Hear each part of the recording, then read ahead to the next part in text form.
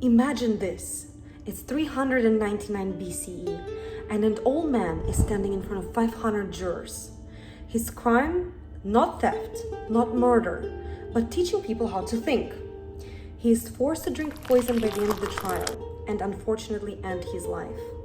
His name is Socrates, and he is the man that changed the way we think and philosophy forever. Now, you've probably heard the name Socrates before, maybe in school, maybe as a dusty statue in a textbook. But most people don't really know why he's such a big deal, or why a barefoot old man in ancient Athens still shapes your life right now. Socrates wasn't just some philosopher with clever quotes. He's the person who turned philosophy upside down. Before him, thinkers were busy speculating about the stars and the elements. But he dragged philosophy down into the marketplace and asked ordinary people the hardest questions. He invented a method of questioning, what we now call a Socratic method, that still powers courtrooms, classrooms, and science labs today. He made philosophy something you live, not just something you read. Every time you question a rule instead of obeying it, every time you dig for truth instead of appearances, you're standing in Socrates' shadow. His impact is so huge that without him there would be no Plato, no Aristotle, and probably no Western philosophy as we know it. In this video, we're going to go beyond the statue. We'll dive into who Socrates really was, how his ideas started, and why they matter to us. I'll show you how I use his lectures in my daily life. Think of it like we're on FaceTime, just you and me breaking down one of the most fascinating minds in history. Before Socrates became the famous thinker we all hear about, he was just a regular kid from a regular Athenian family. He was born around 470 BCE in Athens, and his dad was a stonemason, so he carved marble for temples. And his mom, she was a midwife, so she helped to bring babies into the world. So Socrates grew up in a very simple working class home surrounded by tools, stone dust, and everyday people. As a teenager and young man, he probably learned his father's craft, and some say he even carved statues himself. And like every Athenian citizen, he had to do military service. He fought as a soldier in several campaigns and was known for being tough and very disciplined, marching barefoot, standing guard all night without complaining. But even as a young man, he was different. While other people chased money, status, and fancy clothes, Socrates went barefoot, wore plain tunics, and he hung out in the marketplace, talking to anyone who would listen, really. Craftsmen, poets, politicians, young students. And that early life really shaped him because he wasn't born into an elite school of philosophy. He came from ordinary parents. He learned an ordinary trade and saw Athens from the street. And that's part of why his later ideas feel so down to earth and human. So before Socrates, the philosopher, there was just Socrates, the stonecutter's son, soldier, and curious questioner. A man whose simple beginnings helped make his questions so powerful. Since we're on FaceTime, I kind of want to tell you a bit more about what Socrates was like as a person, his personality, his personal life. So let's take a break from all the deep philosophical stuff and actually talk about Socrates, the man himself. Because honestly, he wasn't what you'd expect from the father of Western philosophy. For starters, Socrates did not look like the picture of wisdom. The ancient Greeks actually made fun of him for being ugly. He had a snub nose, bulging eyes, and walked around barefoot in the same plain tunic every day. People said he looked more like a half man, half goat than a great thinker. And he didn't care. He thought caring too much about your looks distracted you from your soul. He was also kind of hilarious. Socrates used humor like a weapon in a way, never cruel, but sharp. So when someone bragged about how wise they were, he'd just keep asking simple questions until they completely tied themselves in knots. Then he'd shrug and say something like, well, it seems neither one of us knows, but at least I know that I don't know. And that's ancient Greek for gotcha. And his personality, calm, sarcastic, weirdly zen. In the middle of parties, he'd sometimes just stop talking and stand still for hours, lost in thought, while everyone else was drinking and laughing. People would party around him while he was frozen like a statue, thinking. But he wasn't cold or distant. He had this strange warmth to him. His friends loved him, even though he drove them crazy. He could talk to absolutely anyone, a craftsman, a soldier, or a rich politician, and make them feel like they were part of something meaningful. He was magnetic in the strangest, quietest way.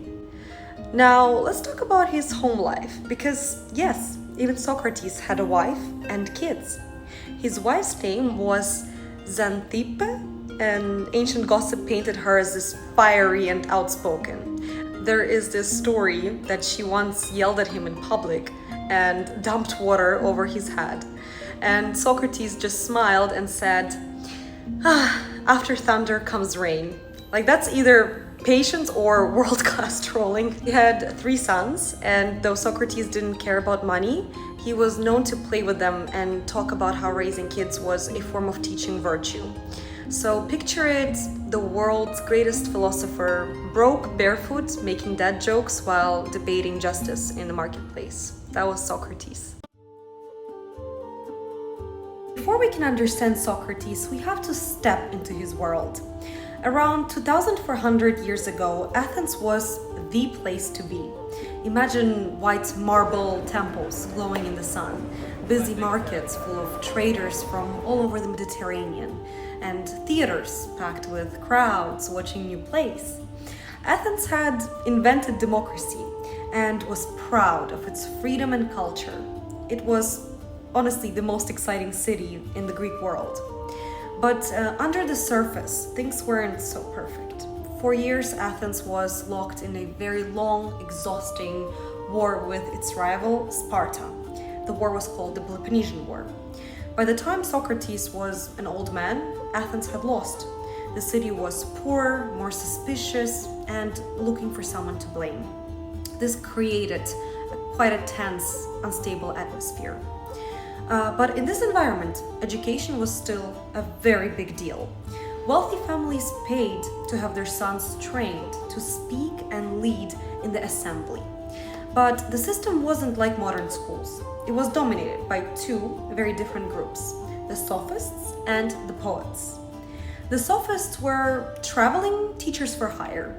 For a fee, they promised to teach young men how to argue, how to win debates, and how to get ahead in politics. They were less interested in truth than in technique, how to make any position sound convincing. So truth did not matter much. The poets were the celebrities of the culture. They performed epic stories about gods and heroes. Their verses were beautiful and inspiring, but they weren't really teaching facts. They were shaping people's imaginations and values through myth. This wasn't the education most young Athenians got. On one side, sophists teaching persuasion without caring about truth. On the other, poets filling their heads with myths and heroic fantasies. In a democracy where citizens voted on laws and went to war, that was dangerous. People were being trained to sound smart and feel inspired, not to think deeply about justice or reality.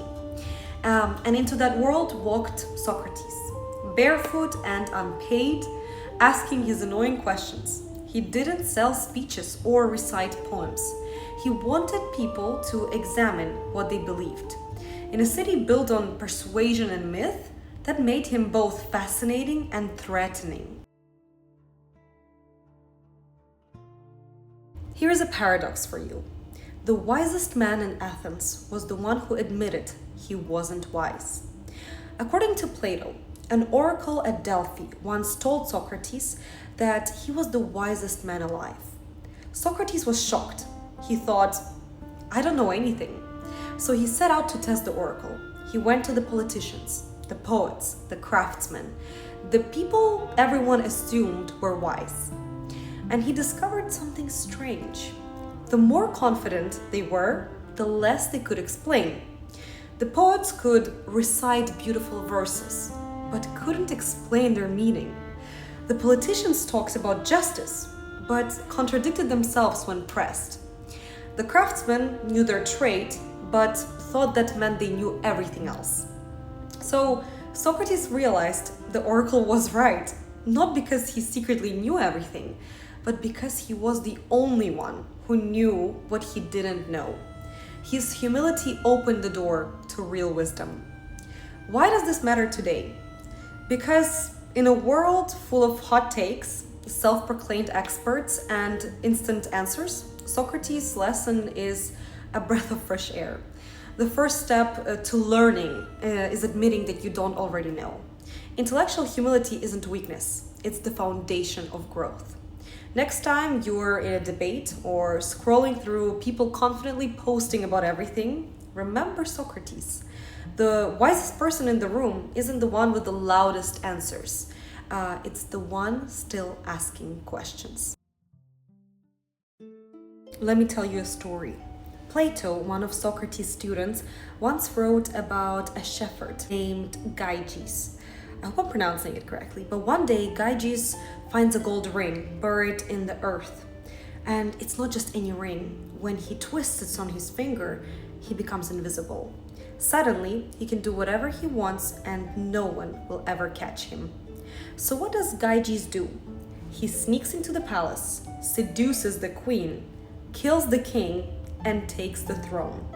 The question Plato raises is simple. If you could get away with anything, no punishment, no witnesses, would you still do the right thing? Most people in Athens assumed the answer was no. Without consequences, people will cheat. That's human nature. But Socrates pushes deeper. He argues that real virtue isn't about fear of punishment or fear of being caught. It's about knowledge. He believed that people do wrong only because they don't truly understand what's good. If they really knew, not just thought, what justice or goodness was, they would choose naturally, even if nobody was watching. In other words, the problem isn't invisibility. The problem is ignorance. Gyges wasn't evil because he had the ring. He was evil because he didn't know what justice truly is. Why does this matter to us? Because every day we have our own invisible rings, little moments where no one's looking. A hidden tab on your browser at work, a chance to cut corners, a chance to gossip. Socrates would say, the only thing keeping you honest shouldn't be fear of getting caught. It should be understanding, really knowing why honesty, justice, or kindness are good in themselves. That's what he meant by knowledge is virtue. Virtue isn't just a rule you follow, it's wisdom that you live. And if you have that wisdom, you'll act rightly, even when no one's watching. Socrates, the man who lived in a birthplace of democracy, didn't actually believe in it. Now, that sounds strange, right? Athens was proud of its freedom. Every citizen could vote, speak in the assembly, and have a say in how the city was run. It was the most progressive system in the ancient world. But Socrates thought democracy as it worked in Athens was dangerous. And the way he explained it still hits hard today. He once told this story. Imagine you're on a ship. Would you want the captain chosen by a vote? Or would you want the person who knows how to navigate storms, read the stars, and steer the vessel safely home? Most people, he said, would agree. You want the expert, because steering a ship isn't about popularity, it's about skill. Now, Socrates believed running a city is even harder than sailing a ship. But in Athens, leaders were chosen not for wisdom or experience, but for charisma. Whoever could speak the loudest and make the best promises, that's what scared him. He saw democracy turning into a popularity contest. People voted whoever entertained them, not whoever told the truth. And in a city that loved clever talkers, the sophists, truth started to matter less than persuasion. It became all about who could make the crowd feel good. To Socrates, that was like giving the passengers control of the ship just because they liked the sailor who threw the best parties. He also used another example. Imagine a doctor and a candy seller, both talking to a group of kids. The doctor says, "Don't eat sweets, you'll get sick." The candy seller says, "Ignore him, have fun, live a little." Who do you think the kids would listen to? The candy seller, of course, because he's saying what they want to hear, not what they need to hear. Socrates thought democracy often rewarded the candy sellers of politics, the ones who promised comfort, not wisdom. So when Socrates criticized democracy, he wasn't saying people don't deserve freedom. He was saying freedom only works when people are educated, thoughtful, and self-aware. When they know how to think, not just what to feel. Because without that, democracy stops being wise. It becomes loud. And in a world full of noise, the truth is often the first thing to drown. 399 BCE, Athens. The city that invented democracy is sitting in judgment over its most notorious question asker. In a large public hall, 500 citizen jurors gather. No judge, no lawyers, just citizens deciding the fate of another citizen. The man on trial, Socrates, and his crime is corrupting the youth and not believing in the city's gods. Why he's on trial? To understand why this is happening, remember the mood of Athens. The Peloponnesian War had ended in a humiliating defeat. The city was exhausted and angry. Some of Socrates' former students had been linked to unpopular regimes. And people saw him as a gadfly, a troublemaker who embarrassed politicians in public. He became an easy scapegoat. Here is how Athenian trials worked. Anyone could bring charges. There were no lawyers. The accusers gave speeches. Socrates then defended himself. After both sides spoke, the 500 jurors voted by dropping pebbles into urns. What we know of this day comes mainly from Plato's Apology. Despite the name, it's not an apology in the modern sense. It's a defense speech. In fact, in the speech, Socrates doesn't beg for mercy. He doubles down. He calls himself a gadfly, sent by the gods to sting Athens awake. He says his questioning is a service, not a crime. And he even jokes that instead of punishment, he should be given free meals for life. So he is very brave for saying all of that. His boldness doesn't go over well. The jury finds him guilty. Then, by Athenian custom, both sides propose a penalty. The accusers suggest death. Socrates jokingly suggests a civic award and then finally offers a small fine. The jurors vote again. This time, the margin for death is even larger. Plato's dialogues describe what happened next. Socrates refuses to escape. He believes the city's laws must be obeyed even when they are unjust. Surrounded by friends, he calmly drinks a cup of poison hemlock, and he spends his final moments talking about the immortality of the soul and dies quietly, covering his face himself. This trial was more than an old court case. It showed the tension between democracy and truth-telling, between popularity and principle. And out of it came the most famous line in the Apology: "The unexamined life is not worth living." Because Socrates chose death over silence, his student Plato wrote down his words.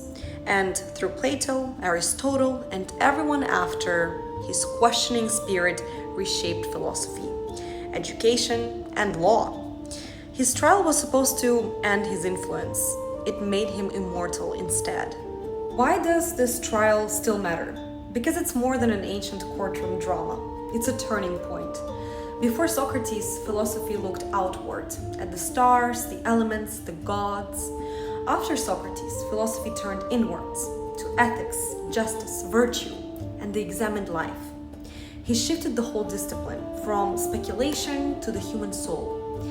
His death is a warning. Democracy is powerful, but it can still punish those who challenge it and choose popularity over wisdom. That tension hasn't gone away, and yet Socrates' legacy is not despair, it's courage. Socrates left us no answers, only questions. But maybe that's the gift. Questions are how we grow, how we stay awake, how we become fully human. And that's why Socrates' trial isn't the end of his story. is the beginning of ours. So my friends, we've reached the end of the video. This was so fun, honestly. I randomly felt like talking about Socrates, and then I decided to film it, and then it kind of became this whole video thing where I decided to edit it, and I had so much fun. To follow the Socratic method and admit that I don't know everything, but I really want to learn. I really want to dive deep into ancient history, philosophy, economics, finance, self-help books. All of these things they very much have a special place in my heart. And as I learn, I honestly would like to make videos like this because I really do feel like discussing it. I really feel like talking about Stoicism, or even dive deep into the origins of ancient Greece, talk about Alexander the Great. And I honestly might do that in the next video. I might record it and I might upload it, I might not, but so far I'm really having fun, so I might really do it. And yeah, I really hope that this video was entertaining, and I'm so excited for the next one. Bye.